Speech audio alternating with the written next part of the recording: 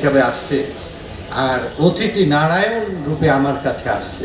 সে যেন আমার ব্যবহারে কষ্ট না পায়, তার কথাটা আমি শুনি ধৈর্যের সাথে, যত ব্যস্তই থাকি। আজকেও সকালে আপনাদের এখানে 14:30টায় আমি আসবো, এসে দেখলাম গোটা মাঠ ভরা লোক। সবাইকে দেখে শুনে মূল যে বক্তব্যগুলো সেগুলো শুনে 15 মিনিট থেকে বললাম আমি একটা সবাই যাব, আমাকে মাফ করেন, যার যার কাগজগুলো দেন আমি পড়ে ঠিক করে নেব, আর যেগুলো যদি না দেখি আবার আমাকে ফোন করবেন। গত 1.5 মাস আমি ফোন ধরি না, ডাক্তারের নিষেধাজ্ঞা। আমি স্ট্যাটাস দিয়ে রাখছি যে আপনারা কেউ আমার প্রতি রাগ করবেন না, দুঃখ করবেন না। এই যে ড্রাইভারদের নিয়ে কাজ করতাম, অ্যাক্সিডেন্ট করতো, 1.5টা নেই 2টে নেই, ফোন করতো, ভাই আমি তো অ্যাক্সিডেন্ট করছি, পুলিশ ধরে ফেলছে। তো পুলিশ সে আমাকে চেনে কি না চেনে, সে তো আমাকে নেতা মনে করে, আমি তো বিরাট নেতা। এই যে দারোগার সাথে কথা বলেন, অনেকদিন দারোগা আমাকে, এই বেটা তুই কে শালা আমাকে নির্দেশ দিস, এরকমও শুনছি।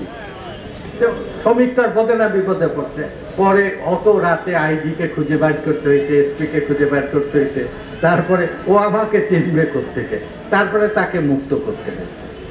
অনেক সময় অনেক অপমান হাসি মুখে মেনে নিতে হয়েছে। আমি এই দীর্ঘ পথ চলায় আমি পরিচয় হতে চেয়েছি। আমার সব পরিচয়ের পরেই আমাকে সবাই বলে এখন শ্রমিক নেতা। সরকারের উচ্চ পদে চাকরি করেছি, বলে না যে আমি বড় আমলা ছিলাম। বিশ্ববিদ্যালয়ের ছাত্র নেতৃত্ব দিয়েছি, বলে না আমি ছাত্র নেতা।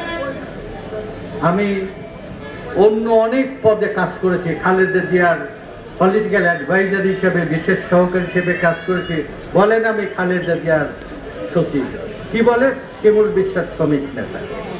আমি এই পরিচয়ে গর্ববোধ করে আপনাদেরকে নিয়েই বাংলাদেশকে বদলাবো এই প্রত্যাশা করে আমি এই সকল সবাই আমি পরম করুণাময় জগদেশ্বর আল্লাহ পাকের কাছে দোয়া করি, প্রার্থনা করি, হে সৃষ্টিকর্তা আমাদের প্রতি রহমত দান করুন, আমাদের এই দুঃখ কষ্টের অবসান ঘটানোর জন্য আপনার অফুরন্ত ভান্ডার থেকে আমাদের সাহায্য করুন।